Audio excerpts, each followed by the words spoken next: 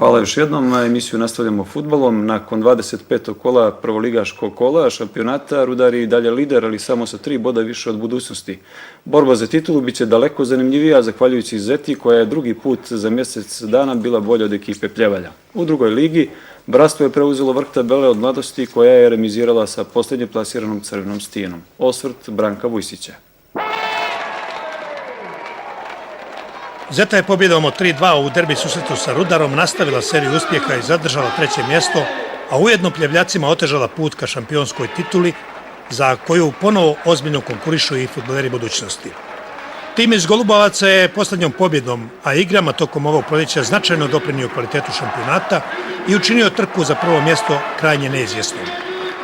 Zahvaljujući ekipi trenera Dragoljuba Đuretića, postala je veoma zanimljiva i borba za pozicije koje obezbjeđuju izlazak na evropsku scenu. Rudar igra promjenljivo, tako da po drugi put u prvenstvu nije uspio da duže od jednog kola održi prednost od 6 bodova ispred drugoplasirane budućnosti. Podgorički prvoligaš je bez većih napora pobjedio ekipu Koma sa 3-1, ali na osnovu utakmice sa posljednje plasiranom ekipom ne može se procijeniti da li će promjena trenera donijeti stabilnost u igri i seriju boljih rezultata. Za dalji tok borbe za prvo mjesto bit će važni ishodi utakmica sljedećeg kola u Pljevljima i Podgorici. Rudar dočekuje fudbalere Mogrena, a budućnost se sastaje sa ekipom Zete. Mi i dalje imamo tu prednost i imali smo ovakvu situaciju i na 5 bodova, opet se vratili tada, sad smo ponovo, ali mislim opet da u ovim prethodnim utakmicama jednostavno vratimo se našoj igri, čime smo i napravili tu prednost, znači igri. Očigledno nam ovakvi tereni ne odgovaraju i ja se nadam da ćemo izdržati do kraja. Svima je jasno da svaka promjena u stručnom štabu, promjena trenera donosi nešto novo i kod igrača i tako dalje. Znači samim tim igrači su dobili neki novi motiv i dali nešto više nego u proteklim kolima i utakmica se pobjedila. Međutim, da ne stanemo samo na ovome, nego da nastavimo i dalje, onda je to kontinuitet i onda je to nešto što je stvarni napredak u igri. Dobili smo jednog Đokava koji je danas ulaskom u igri pokazao da može da pomogne mnogo ovoj ekipi do kraja prvenstva, da pokušamo da dođemo do titule i naravno i drugog trofeja. Mi igramo zbog sebe, zbog Evrope. Ukazala nam se šansa i bez obzira što smo stali bez 2 najkvalitetnija igrača koji su 90% golova dali u prvom dijelu sezone, mi sad uspijamo, za sad nam to dobro ide da postižemo golove iz drugog plana, a o tituli odlučivaće oni sami. Ko napravi manje kikseva, ko napravi manje grešaka, a ja mislim da će jedna i druga ekipa najmanje po 2-3 kikse imati, što neriješeno, što poraz, jer je liga toliko ujednačena da svakog može da pobjede. Najubjedljiviju pobjedu u prošlom kolu zabilježio je Grbalj, koji je u susretu sa fudbalerima Berana ostvario 3. uzastopnu pobjedu, rezultat 5-0. Grbljani su se priključili timovima iz gornjeg dijela tabele, a Ivan Bošković, koji je 3 puta pogodio mrežu gostiju, sa 21 golom učvrstio se na čelu liste strijelaca. Fudbaleri Berana ostaju u opasnoj zoni, kao i Mornar, koji je uspio da osvoji bod u Budvi u susretu sa Mogrenom, rezultat 0-0.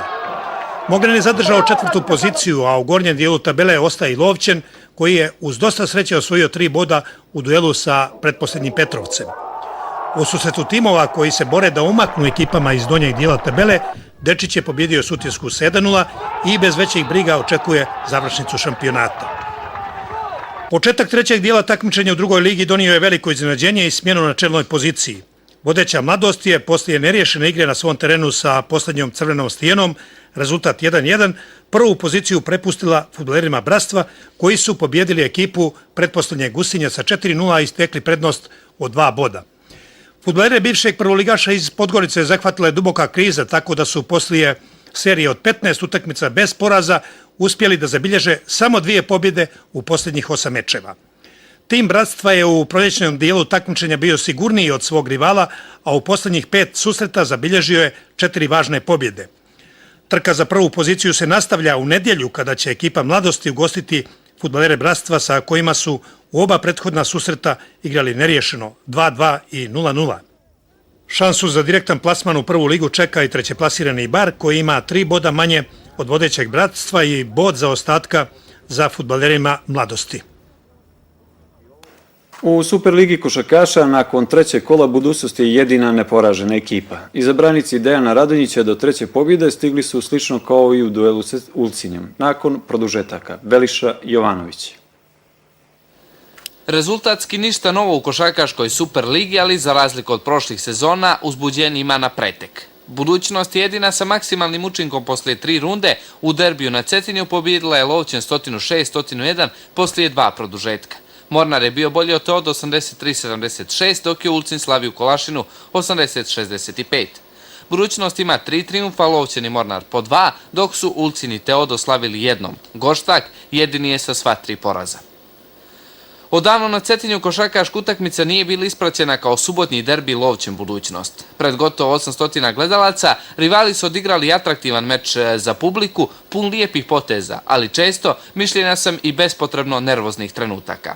Na kraju, iskustvo i kvalitet Podgoričanima je donio treću pobjedu u ligi, iako su Cetinjani imali i velikih +7 u produžetku. Ipak, tim Dejana Radonjića završio je triumfalno i ovo gostovanje, a ostaće za pamćenje rezultat drugog produžetka u kom je postignuto čak 37 poena, što je nerijetko nedostižno i za svih 10 minuta.